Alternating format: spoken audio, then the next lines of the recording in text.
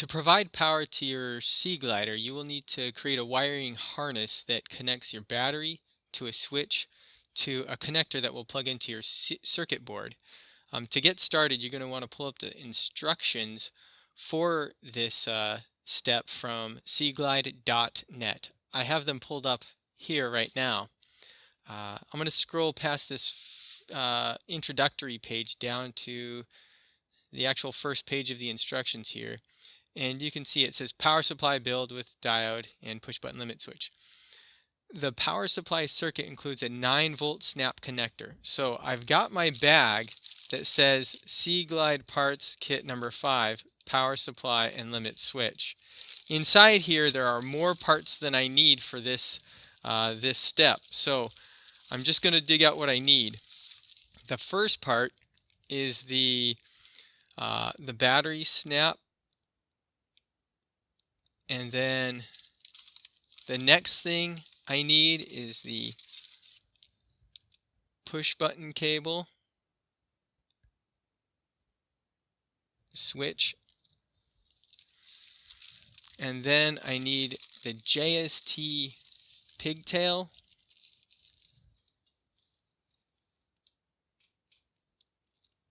see the white plug at the other end, and also the diode right here.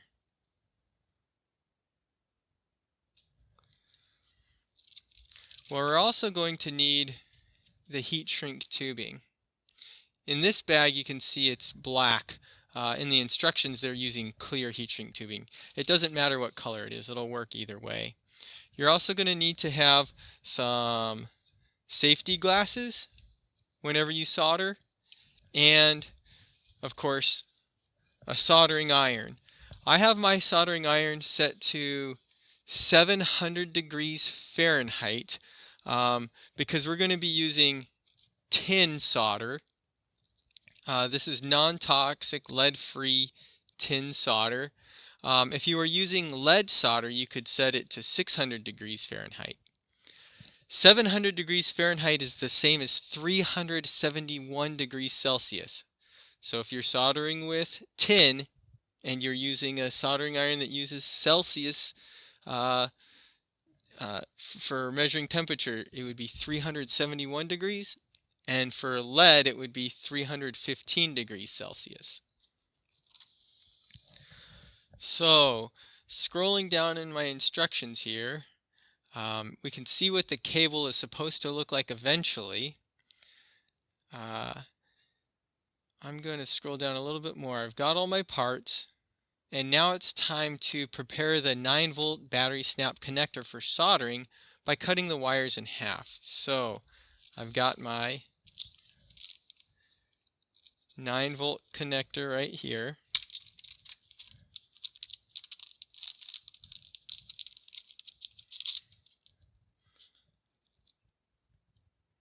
And I'm going to cut it right about there.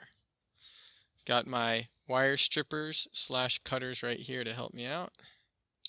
And for this battery strap, the wire, I'm going to cut it so they're even here. Cut a little bit more off that black one. The wire here is 22 gauge wire. So if you look at my wire strippers, you can see different numbers there. And I want to use the one that uses 22. Put it right in there. And I'm going to strip off about 1/4 of an inch. So now you can see that bare metal. I'm going to twist it just a little bit. And then I'm going to do the exact same thing to the black.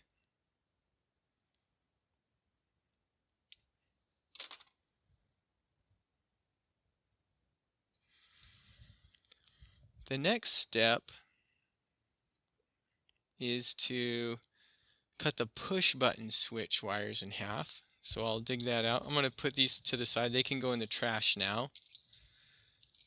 The push button switch is right here.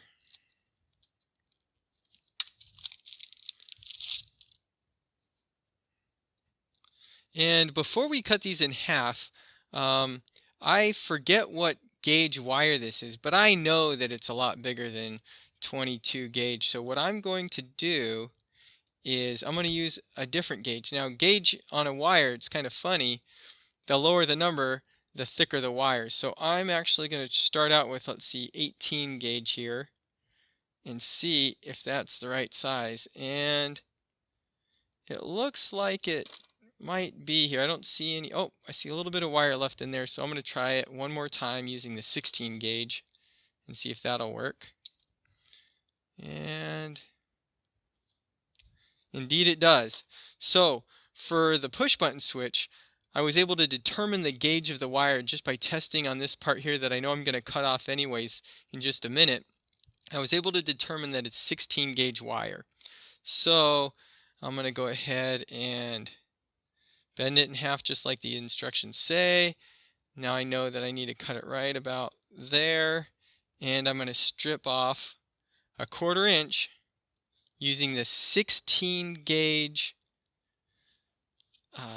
option on my wire strippers here. Twist the end a little bit. And then I'm going to do the same thing over here. Now, if the 16 gauge on your wire strippers isn't working for you, it's okay to go on to the 18 gauge. If you accidentally cut a few strands of this wire, it's not the end of the day.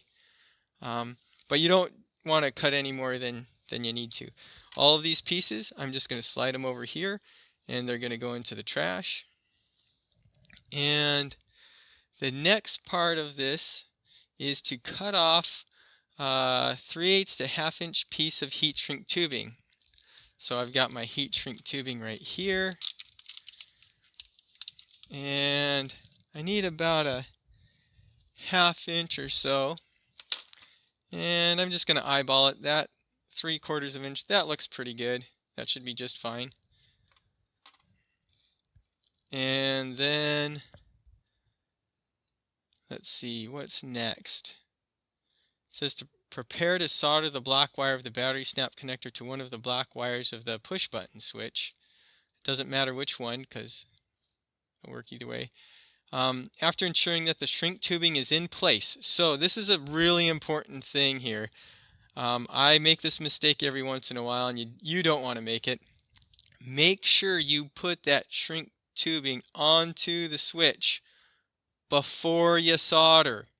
Otherwise, you're going to have to take it apart and redo it. So I've got my wires ready to solder here. The instructions are telling me to twist them together. I'm going to show you a little bit different way to do it that works just, I like it because it works a little bit better, but you can follow the instructions from the PDF, from the online document if you want as well. So the way I like to do it is to take a little bit of this flux here, and I paint the end of that wire with the flux, and just a little bit is all you need. 1 or 2 strokes is plenty. And then when I solder, I'm actually going to use a tool called a helping hands. This is a homemade version of the helping hands, and it's just to hold this so that it kind of makes things a little bit easier for me. And I'm going to do what I call tinning the end of the wires. So when you tin the end of the wires, you're just putting a little bit of solder on there so that when you try to put two things together, they go a little bit easier. Now, you might have noticed I just put a little bit of solder on the end of my iron, and then I dip it into the brass brush here. And I do that to keep the tip of the iron really silvery. If it's not silver looking, if it's kind of a darker brown or a brassy looking color, it's not going to solder very well. You want the tip to look very silvery. It'll conduct heat a lot better. Now, because I'm soldering with tin, I like to put a little bit of solder on the tip before I start. And then I'm going to put the side of the tip on the wire and let that wire heat up. And then I feed in a little bit of solder from the other side. And the solder should flow in there. I should not have to paint the solder onto the wire. If you're painting it on, you're not going to get a good electrical connection because the solder isn't adhering to the metal very well. It's when the metal gets hot that the solder gets drawn into it. So I'm going to do the same thing right here and get this one tinned since I already have it in the helping hands. And I want to point out one other thing that I'm doing, and that is I don't have the helping hands really close to the end. I have them way back here, a couple inches, and the reason for that is because when I heat up this wire, it actually heats up this insulation too. And when the insulation heats up, it gets soft. If my helping hands are right here, then they'll actually pinch through that wire a little bit, pinch through the insulation a little bit and expose the wire. So you want to get the heat far away from this little alligator clip. Now it's time to do this one. And again, I'm going to pinch really low down here. I'll pinch on this wire since I don't have any shrink tubing on it yet. Get these all ready to go. And I'm going to paint them with my flux. You always want to use flux because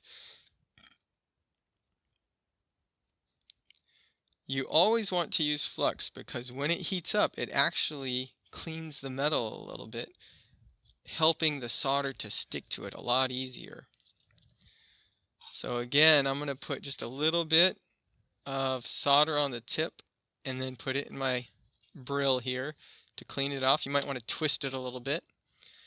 Put some more on. Got a little bit of a bead. That little bit of a bead helps transfer heat from the tip of the iron to the wire.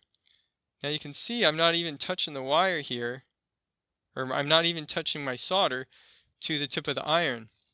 The iron's getting the water hot, or the wire hot, and when the wire gets hot, it actually melts the solder.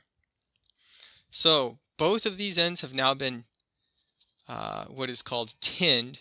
The next step is to make our soldering connection. So just a quick reminder, we want to solder two black wires together, and I want to solder them ones together that are the one that has the shrink tubing on it. Don't accidentally solder to this one. You want the one that has the shrink tubing on it.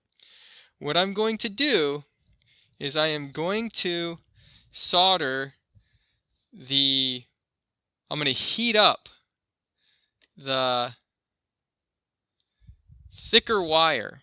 I'm going to heat up the thicker wire when I solder so that when it gets hot, it'll actually, because it has so much more mass, it'll solder to this one very quickly. If I heat this one up first and touch it to this will actually draw out a lot of heat and it'll be a little harder to do. So I'm going to clean my tip again real quick. Put a little solder on there. It's getting a little bit brown. Put it in here, twist it around. And then another little bead on there, just a tiny bead. I don't really need to feed any more solder into this job here because when both ends have been tinned, all I need to do is really heat them up. So I'm going to heat this up first, and then I join these two things, and they just should flow together. Takes a steady hand. And if I give it a sec, it hardens, and it looks good. It should look just like that, nice and silvery.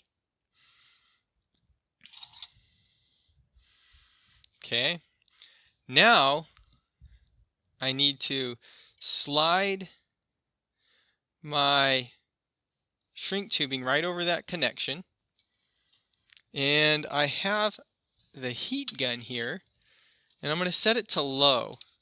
It is definitely not something you want to play with. It gets very hot. I'm going to set it to low and just heat up that shrink tubing and rotate it around there so that I'm not heating up any one spot too much. And it will shrink right around that soldering connection, just like that. You set the heat gun down, make sure the end is not sitting on any sort of paper or flammable material. It's very hot right now, you don't want to touch it. And now you can see where the wire ends, the soldering connection begins, and then the wire begins again. And there's no way you can short this out because it's been insulated. All right. The next thing we're going to do is prepare the pigtail. So I'm going to dig out the pigtail.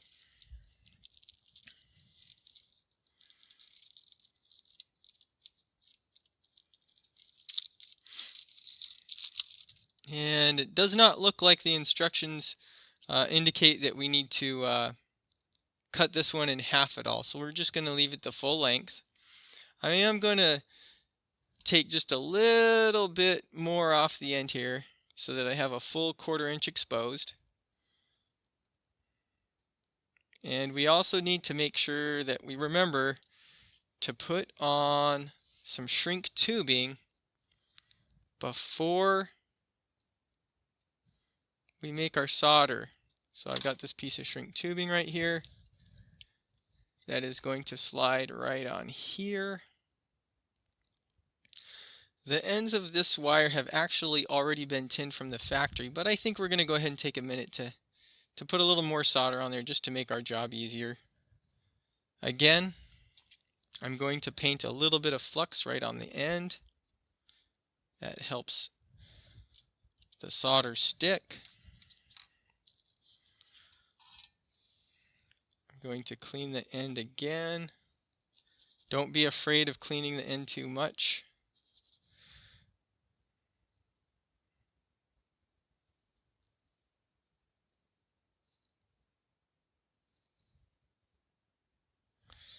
And now it's time to solder these two pieces together.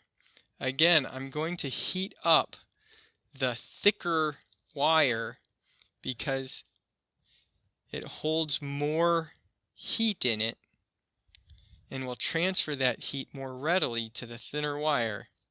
I'm going to solder these two wires together.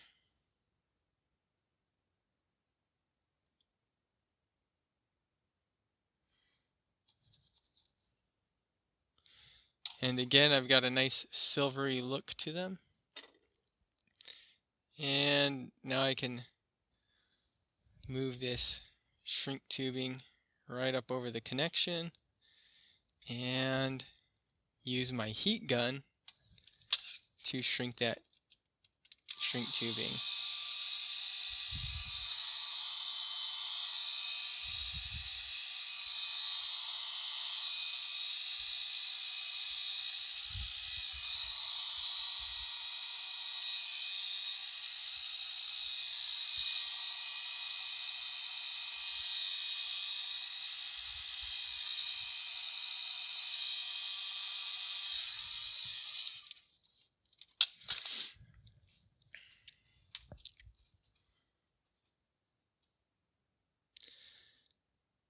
The next step is to solder in the protective diode into our circuit.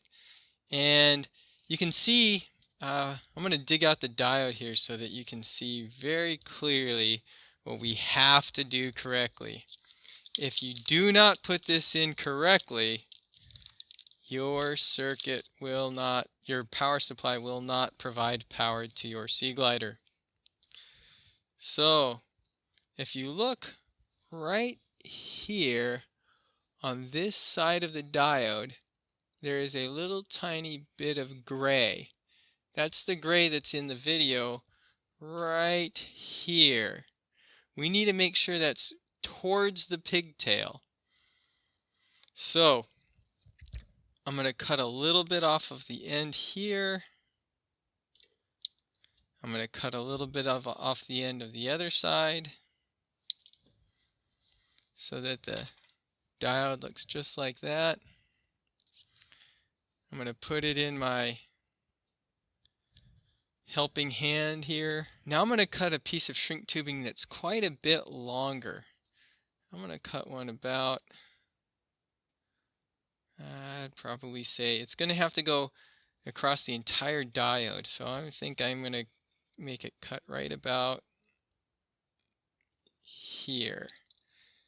So if I compare my piece of shrink tubing to the diode, you can see it's probably about 3/8 or 1/2 of an inch longer on either side.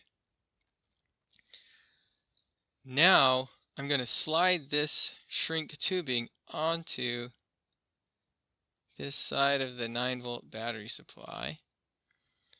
And again, I'm making sure that when I solder this JST, it's going to the side of the diode with a little bit of gray right there.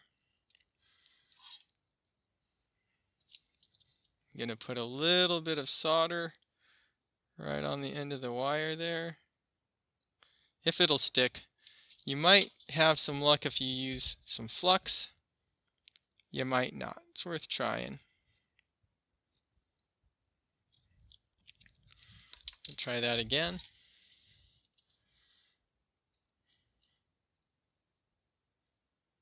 There's a little bit sticking to it. You don't want to put too much heat on this diode because if you heat it up indefinitely, it could ruin it. But we've got, there we go. There you go. Hold it there long enough for it to be steady and to solidify. And now we'll do the same thing on this side.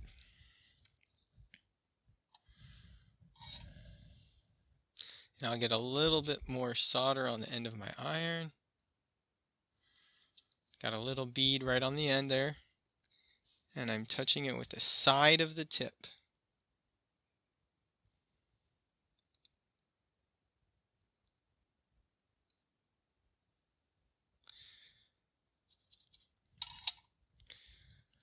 Now that I have both ends of the diode soldered into my power supply harness, I'm going to slide my shrink tubing over both of them so that it's roughly halfway, the diode's roughly halfway between. And I'm going to dig out my heat shrink gun again.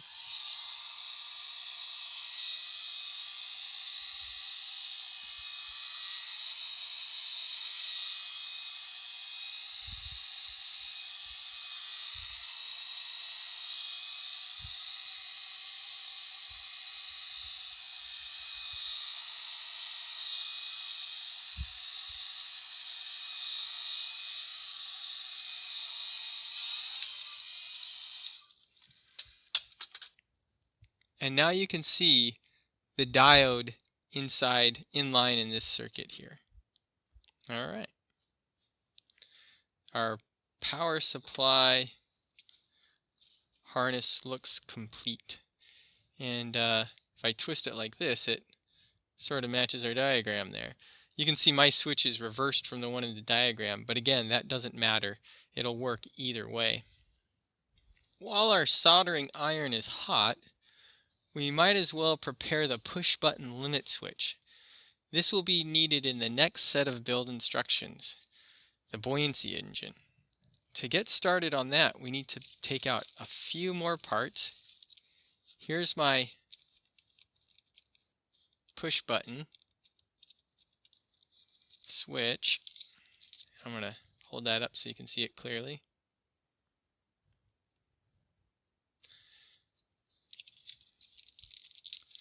Dig it out of the bag here.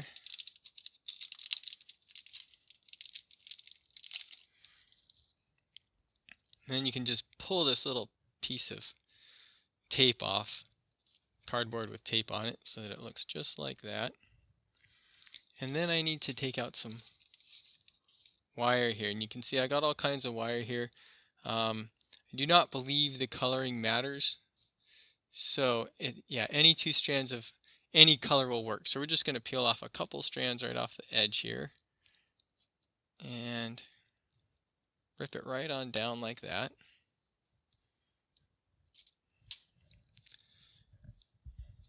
And then I need to rip the end here a little bit so that I can separate these guys just a little bit.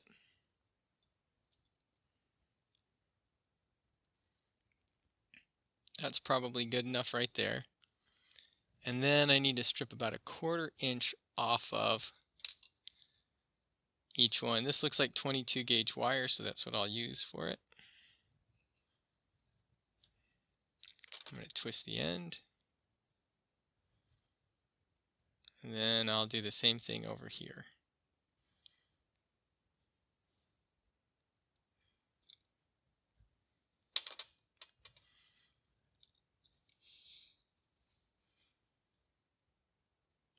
Okay.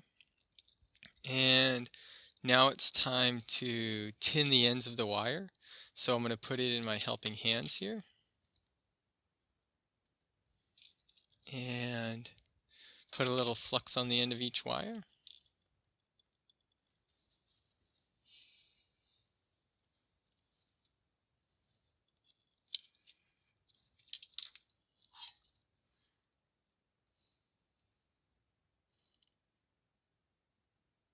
All that smoke you're seeing is actually the resin inside of the solder, not any sort of fumes from the solder itself, not from the metal. Okay, now we need to wrap one wire in a pin, so we're going to cut a little piece of shrink tubing here, only for one wire. So I'm going to cut it right about like, let's say this here. Looks about right. And I'm going to slide this onto the yellow one because it looks like that one's going to shrink the best. And we're going to have to be careful because if I heat this up, it might actually make that shrink tubing shrink while I'm soldering, and it'll actually happen in the wrong place.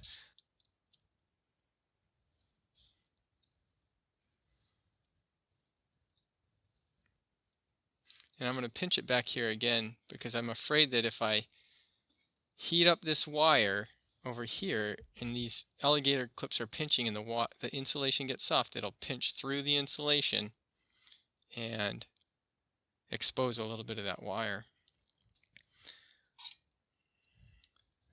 I am going to make this go as smoothly as possible.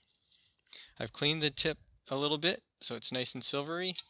I'm also going to put a little flux on the end of this button.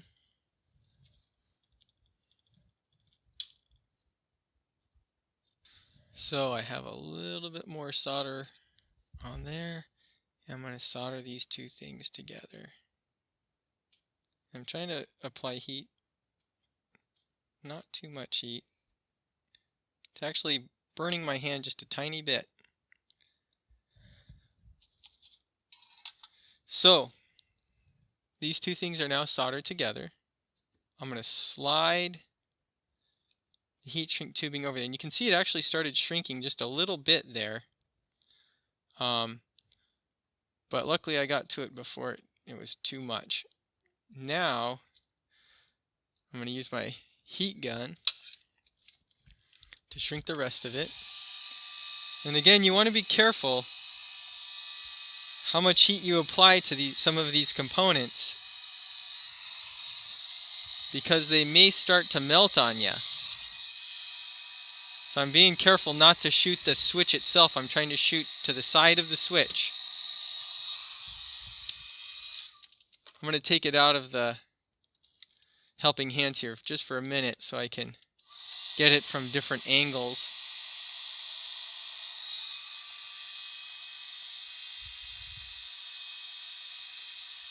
There we go. That looks pretty good. Now it's time to get the other side of the switch here.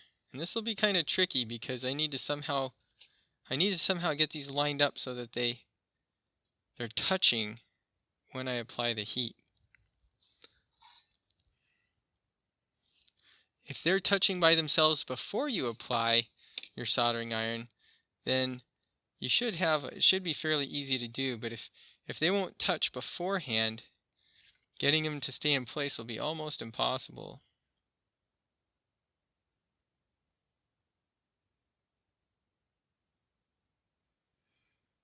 There we go. So we now have our limit switch ready for the next part with the buoyancy engine. Once you're done building your power supply and soldering these wires to your push button switch there, put both of these items in your bag so that you don't lose them.